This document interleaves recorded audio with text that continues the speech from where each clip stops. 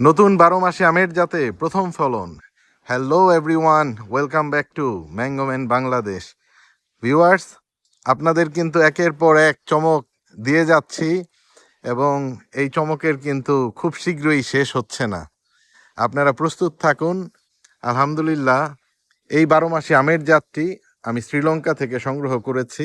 মাশাল্লাহ ভিউয়ার্স, দেখুন বেশ থোকায় থোকায় ধরে। শ্রীলঙ্কার যে হোটেলের বাগান থেকে আমরা এই জাতটি সংগ্রহ করেছিলাম, ওই হোটেলের বাগানের ওনার ভদ্রমহিলা, ওনার সাথে আমার যোগাযোগ ছিল এবং পরবর্তীতে আমি ওনার কাছ থেকে কিন্তু এই ছবিও নিয়েছি, যেটা আপনাদের আমি দেখাবো।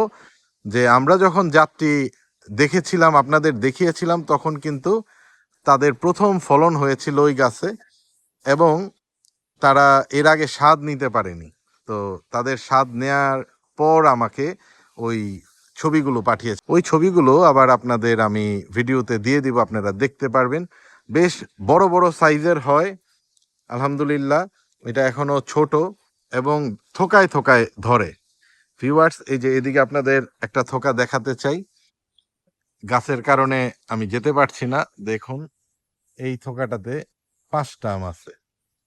তো এমন থোকায় থোকায় ধরে আর বেশ বড় সাইজের আম। পরে যখন আমি ওর কাছে জানতে চাইলাম, আমার তো 12 মাসি এটা উদ্দেশ্য ছিল না, আমার মেইন উদ্দেশ্য ছিল আমের স্বাদটা কেমন হয়। যদি স্বাদ ভালো হয় তাহলে 12 মাসি যে জাত ওইটা আমাদের কাজে লাগবে। স্বাদ যদি ভালো না হয় 12 মাসি হলে তো আমাদের কোনো কাজে আসবে না। তো যদিও আমি ওদের কাছ থেকে সায়ন এনে 2টা মাতৃগাছ করেছি এবং আলহামদুলিল্লাহ এবার ফলন এসেছে। তো ভদ্রমহিলা শেষে কিন্তু আম খেয়ে ছবি দিয়ে আমাকে জানালো আমটি খুব মিষ্টি। পাকা আমের ছবিটি এখন স্ক্রিন আপনারা দেখতে পাবেন এবং সে আমাকে জানালো আমটি বেশ মিষ্টি।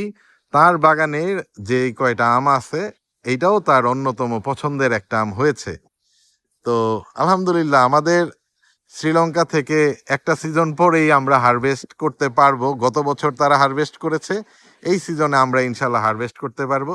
একদম আমি শ্রীলঙ্কা থেকে নিজেই সংগ্রহ করে নিয়ে এসেছিলাম। এবং যারা আপনারা জাতের নাম জানতে চাচ্ছেন, আপনাদের সুবিধার্থে বলি, এই জাতের নাম কিন্তু আমিও জানি না। এটা যদি আমাদের এখানে আসলে 12 মাসে একটা ফলন হয় বা বছরে একের অধিক ফলন হয়, তখন আমরা আমাদের এই নিজেরা নামটি দিব। কারণ ভদ্রমহিলা এই যে জাতটি, সে একটা বীজের চারা থেকে গ্রো করেছে, 6 বছর পর ফলন হয়েছে, ওই ফলনটা থেকে এই জাতটি সংগ্রহ করা। এখন আপনাদের অপেক্ষায় রাখবো যে বাংলাদেশে 12 মাসি ফলন হচ্ছে কিনা। আর রিভিউর সাথে তো আরিফিনকে নিয়ে হাজির হব যে আমাদের এখানে যে ফলনটা হলো এইটার টেস্টটা কেমন হলো। তারা যে আমগুলো স্বাদ নিচ্ছে, শ্রীলঙ্কার সবচেয়ে ভালো ভালো জাতগুলো তার বাগানে আছে, ওইটার পাশে তারা যখন এটা স্বাদ নিয়েছে এবং বলেছে এটা বেশ মিষ্টি এবং খুব স্বাদ। বেশ কিছুদিন অপেক্ষায় রাখার পর ফলনটি আপনাদের দেখাতে পেরে আমি খুব খুশি। পাশাপাশি আমাদের বেশ কয়েকটি ডাল আছে যেগুলোতে ফলন আসেনি। এই ডালগুলো আমরা অবজারভেশনে রাখছি যে সামনের অফ সিজনে এগুলোর থেকে কোনো মুকুল বের হয় কিনা এবং আমরা ফলন হারভেস্ট করতে পারি কিনা। ভিউয়ার্স, সাবস্ক্রাইব করে আমাদের পাশে থাকবেন। দেখা হবে আবার নতুন আরেকটি পর্বে। ভালো থাকবেন সবাই। আল্লাহ হাফেজ, টাটা।